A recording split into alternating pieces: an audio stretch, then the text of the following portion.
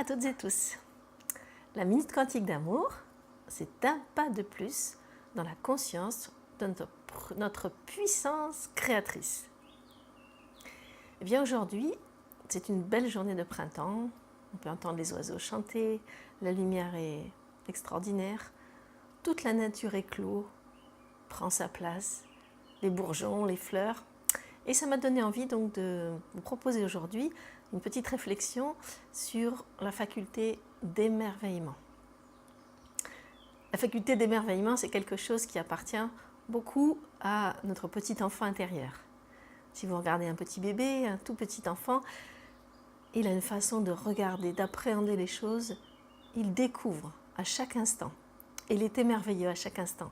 Si ce qu'il vit dans son environnement est à peu près sain et qu'il reçoit suffisamment d'amour.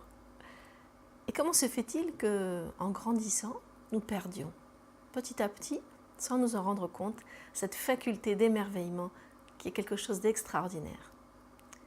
Eh bien, je remarque depuis des années que je suis thérapeute que plus nous laissons partir nos souffrances, plus nous nous guérissons, plus nous rentrons dans la dimension de l'amour et du cœur, plus nous allons retrouver ces vertus du petit enfant intérieur joyeux, déployé, que nous devrions tous être encore aujourd'hui.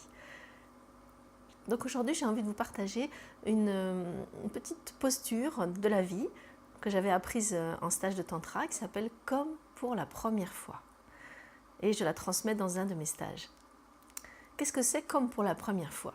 Eh bien, tout simplement, imaginez que vous êtes un ou une extraterrestre, vous arrivez du fin fond des confins de l'univers, vous arrivez sur cette planète bleue et vous découvrez. Vous découvrez pour la première fois tout ce qui se passe sur cette planète. Et aujourd'hui, moi, je vais vous proposer de découvrir une fraise. Je suis une extraterrestre et je n'ai jamais vu de fraise. Dans mon monde extraterrestre, il n'y a pas de fraise. Il y a d'autres choses, mais pas de fraise. Et donc, j'atterris sur cette planète et je découvre une fraise au printemps. Alors, je la regarde sous toutes les coutures. Je la sens. Elle a une odeur très particulière. Je la touche. Elle a une consistance particulière aussi. Une odeur. Mais qu'est-ce que c'est que cette fraise? Je ne sais même pas que ça s'appelle une fraise d'ailleurs. J'ai une intuition que peut-être c'est quelque chose qui peut se manger. Alors, quand j'ai bien pris le temps de la sentir, de la toucher, de la regarder, je vais prendre tout doucement le temps de la goûter.